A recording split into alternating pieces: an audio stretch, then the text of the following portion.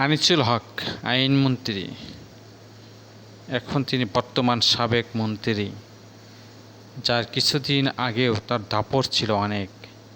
আইনকে বৃদ্ধ আঙ্গুল দেখিয়ে আইনের অপব্যবহার করে দিনের পর দিন বাংলাদেশের জনগণের উপর যে প্রভাব খাটিয়েছেন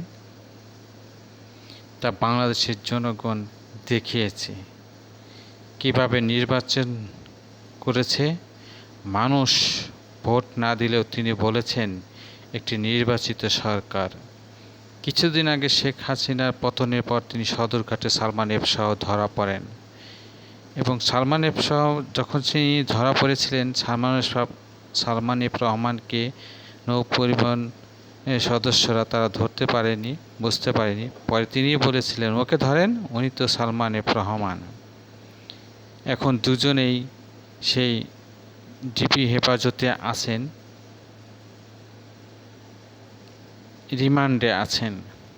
তাদেরকে রিমান্ডও নেওয়া হয়েছে কিভাবে ছাত্র জনতার উপরে নির্বিচার গুলি করা হয়েছে সেটার জন্য।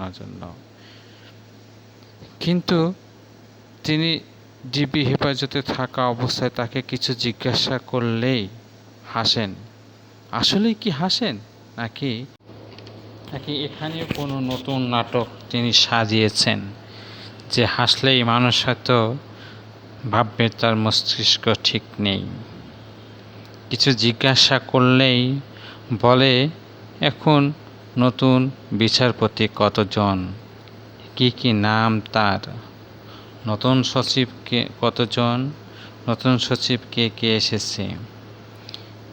রিমান্ডের প্রশ্নের উত্তর না দিয়ে এসব আজগুবি প্রশ্ন করতে থাকেন এক সময়কার সেই প্রভাবশালী আইনমন্ত্রী, যিনি ব্রাহ্মণবাড়িয়াতে তার জন্মগ্রহণ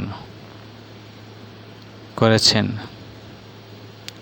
এখন তিনি বুঝতে পারছেন কোন সময় তিনি কি অন্যায় করেছেন, কোন সময় কি করেছেন।